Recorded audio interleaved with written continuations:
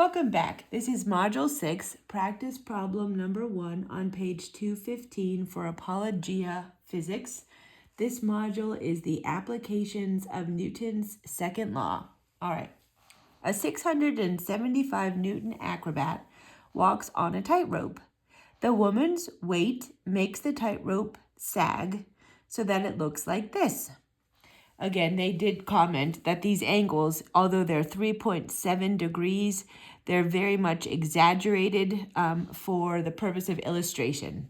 So the question asks us to find what is the tension of the rope on each side of the acrobat.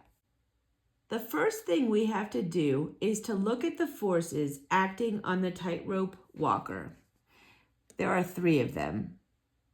Gravity is pulling down on the tightrope walker, while the tightrope pulls her up from both sides of her foot. Thus, the force diagram looks just like this. We have a tension 1 going this way at 3.7 degrees, and we have tension 2 this way at 3.7 degrees from this axis. We'll have to remember that when we get to separating into dimensions. Okay. Since the tightrope walker is not falling, hopefully, she is in static equilibrium. Again, static equilibrium refers to a state where an object or system is completely at rest with all the forces acting on it perfectly balanced, resulting in no net force and no motion. Essentially, it means that the object is not moving and is in a stable position due to all the forces canceling each other out. So we can say here, the sum of the forces in each dimension must be 0 because she's not falling or levitating or she's not moving. She is perfectly balanced. So she's in static equilibrium. So now we have to split up the vectors into their components for T1. Let's start with T1. We have the angle for T1 is 3.7 degrees. So when we break it into the x component, we get T1 times cosine of 3.7.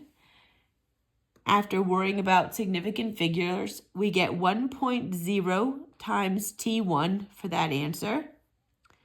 T1 in the y dimension is T1 times the sine of 3.7 degrees.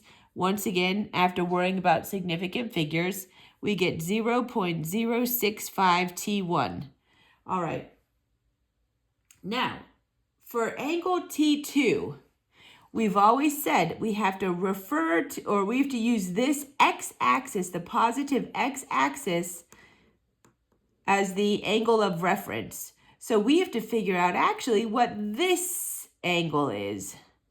So I've drawn it right here. This angle is the angle we're going to use to solve for T2 in the x and y dimension. So T2x equals T2 times the cosine of 176.3 degrees. And again, after we figure out significant figures, we get negative 0.9979 T2. And for y, T2 times the sine of 176.3. And again, we get 0.06453 times T2. Then for the weight, in the x dimension, we should know this already. There is no weight in the x dimension. Gravity doesn't pull horizontally. It pulls straight down. So for this particular situation, we shouldn't be surprised when we figure out that the cosine of 270 degrees is 0. So in the x dimension, we have 0, and in the y dimension, we have 675 newtons times the sine of 270, which is negative 675 newtons. Now that we've everything split up into the x and y components, we can sum up the forces in each dimension and make sure that they equal 0. So in the x dimension, we take our first tension in the x dimension, 1.0 T1, 1.0 T1, plus the x dimension of T2 is negative 0.9979 T2, negative 0.9979 T2 plus the weight in the x dimension plus 0 equals 0. So I went and solved this every single step. If you want to jump ahead, you totally can. So we have 1.0 T1 equals 0.9979 times T2. So then we get T1 equals 0.9979 divided by 1.0, which gives us 1.0 T2. This becomes something that we're going to use going forward. So we have to remember T1 equals 1.0 times T2. All right, in the y dimension, we do the same thing. So let me just put this here. So in the T1 y dimension, we have 0.065 times T1, 0.065 times T1, plus the T2 y dimension, T2y equals 0.06453 times T2, 0.06453 times T2, and then we use our weight in the y dimension, and it's negative 675 minus 675 newtons equals 0. Now, we have two unknowns in the same equation, so that's not going to work, but don't forget, we just calculated it and figured out that T1 equals 1.0 times T2. So if we sub that in, we get 0.065 T1 plus 0.06453 times 1.0 times T1 minus 675 newtons equals 0. 0.065 T1 plus 0.06453 T1. When you add those together, I forgot to color in my star. When you add those together, you get 0.12953. Well, we can only go to this column.